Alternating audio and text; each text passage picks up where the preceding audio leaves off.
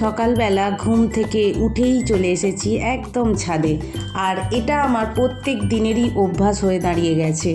কেন কি আগে সকালবেলা উঠে আমি হাঁটাহাঁটি করতাম না, কিন্তু এখন দেখছি যে সকালবেলা উঠেই না কাজ না করে প্রথমেই যদি একটু হাঁটাহাঁটি করি তাহলে দেখছি শরীরটা বেশ ভালো লাগছে।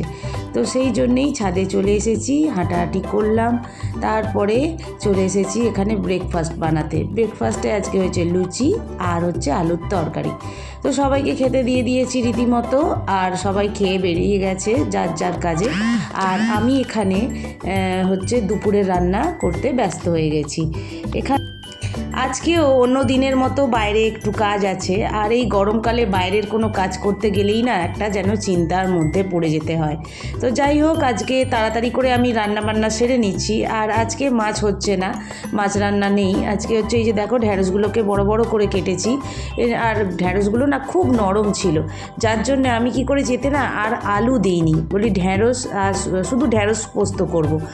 তো ঢ্যাঁড়সটাই কেটে লম্বা করে কেটেছি, একটু বেশি বড় করে করেই কেটেছি, কারণ ঢ্যাঁড়সগুলো না বেশি আর কি বড় ছিল না। তো সাইজে এমন দু পিস করে কাটলে আবার ছোট্ট ছোট্ট হয়ে যায়, তো সেই জন্যে বলি না সাইজটা একটু বড় বড়ই রাখি বলে তো এরকম বড় বড় করে কেটেছি আর পোস্তটা করে নিচ্ছি। তো এখানে পেঁয়াজ টেয়াজ কিছু দিইনি, একদম হালকা অল্প একটু তেলে নাড়াচাড়া করে নিয়েছিলাম, কারণ শাশুড়ি মার জন্য আর কি অল্প তেলেই রান্না করতে হচ্ছে। আর তারপরেই যে বাইরের কাজে যাব বলেছিলাম, তো সেই বাইরের কাজেই চলে এসেছি। এই যে গঙ্গার জলের বোতল নিয়ে এসেছি, আমাদের পাশেই হচ্ছে গঙ্গা, তো সেখানেই আর কি এই যে এই ভাইটার সঙ্গে আমি এসেছি, এই ভাইটাকে নিয়ে এসেছি। আর অনেকগুলো বোতল দেখছো, এই ব্যাগটা ভর্তি বোতল। আর এটা হচ্ছে আমাদের এখানকার আর কি ঘাট। এই ঘাটের ওপারে দেখো হচ্ছে বোটানিক্যাল গার্ডেন। হ্যাঁ, তো এখানে একটা পাশে আর কি সবাই আর কি জল নিচ্ছে, দেখো যেই দেখেছে জোয়ার আছে না সবাই এসেছে জল তুলতে। তো মানে যাদের দরকার তারা এসেছে। আর ওপার থেকে দেখো লঞ্চ যাচ্ছে, এখানে ফেরিঘাট আছে, পাশেই হচ্ছে ফেরিঘাট। আর হচ্ছে এই পাশেই এই যে দেয়ালটা দেখাচ্ছি, এই দেয়ালটার পাশেই হচ্ছে ফেরিঘাট। এখান দিয়ে আর কি ওপারে গেলেই আর কি বোটানিক্যাল গার্ডেন, আর এপারটা হচ্ছে কলকাতা। আর এটা হচ্ছে আমাদের ঘাট। এখানে আমি হচ্ছে ও ভরছে এক এক করে, আর আমি কি করছি, এই যে এইটা হচ্ছে এখানে প্যান্ডেল বেঁধেছে, এটা হচ্ছে মন্দির। এই নদীঘাটের পাশেই হচ্ছে এই মন্দিরগুলো। আর এই মন্দিরগুলো না নতুন করে বাঁধিয়ে দিচ্ছে, মানে আমাদের এখানে যে পাশে আর কি বিচালি ঘাট এটাকে বলে, এই বিচালি ঘাটে আর কি জিআরএসি কোম্পানি মানে জাহাজ কোম্পানি আছে।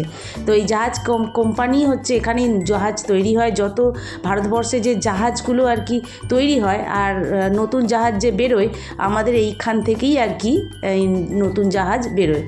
তো আগের বছরই একটা নতুন জাহাজ এখান থেকে আর কি বেরিয়েছিল, তো সেই জন্য আর কি এখানে হচ্ছে রাষ্ট্রপতি এসেছিল উদ্বোধন করতে।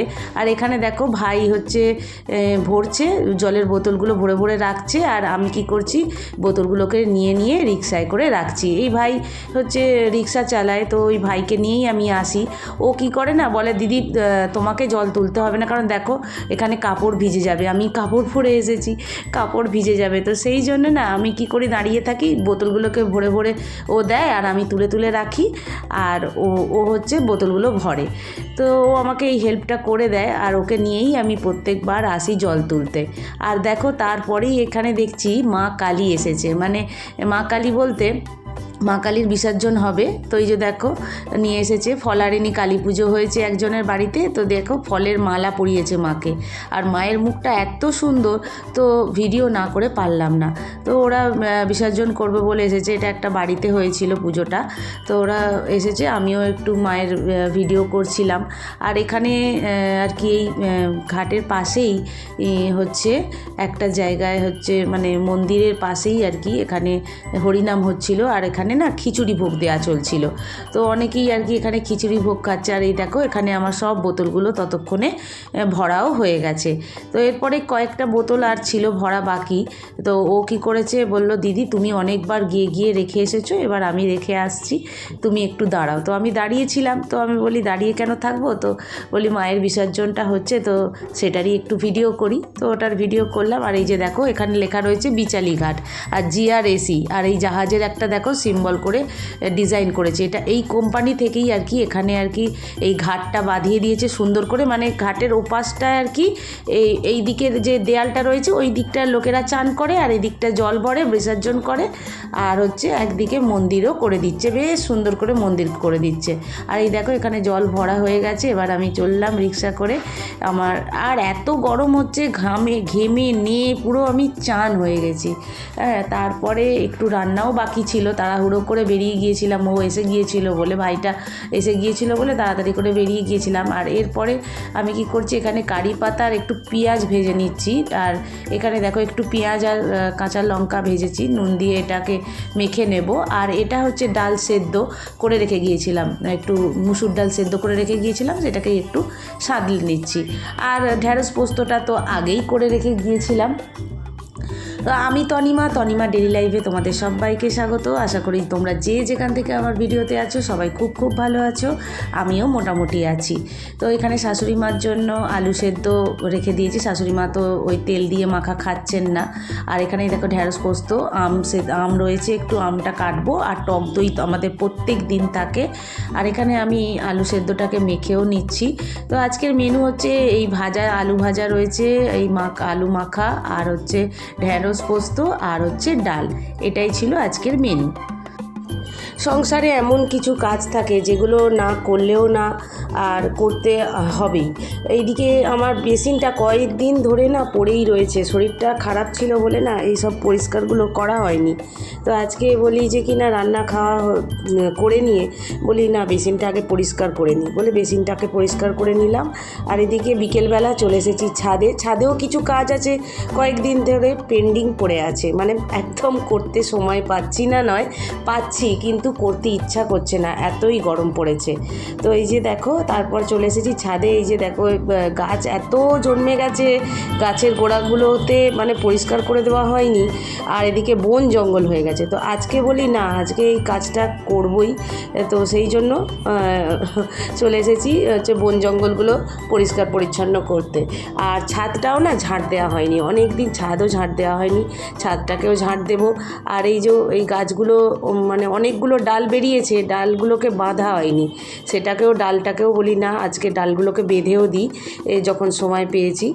তো আজকে আমি গঙ্গা জল তুলতে গিয়েছিলাম, মানে কি বলবো তোমার, এই যে এক্সট্রা কাজ একটা এই গরমকালে করা মানে যেন কি কষ্টকর একটা, একদম গঙ্গার জল শেষ হয়ে গিয়েছিল।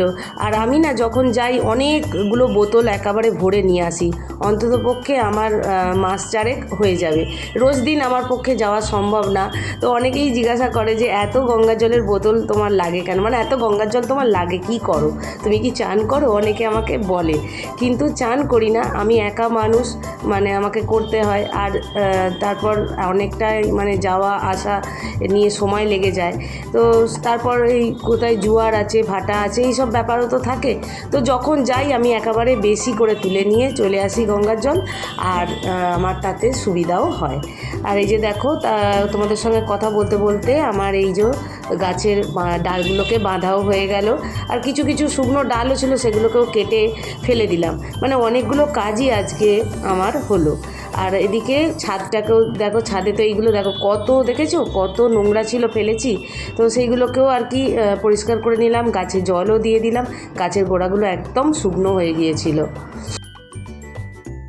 আজকের ভিডিওটা আমি এখানে শেষ করছি। যদি আমার এই ভিডিও ভালো লেগে থাকে অবশ্যই বলবো নতুন বন্ধুদের সাবস্ক্রাইব করে আমার পাশে থাকার জন্য। আর পুরনো বন্ধুরা তোমরা যেভাবে আমাকে সাপোর্ট করছো এইভাবেই সাপোর্ট করে দিও। আজকে আসবো একটা নতুন ভিডিওর সঙ্গে, ততক্ষণের জন্য টাটা।